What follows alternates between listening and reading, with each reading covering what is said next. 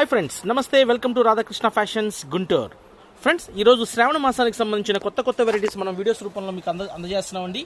So మన videos follow అయ్యే వాళ్ళందరూ రెగ్యులర్గా ఫాలో అవుతున్నారు, చక్కగా పర్చేస్ చేసుకుంటున్నారు.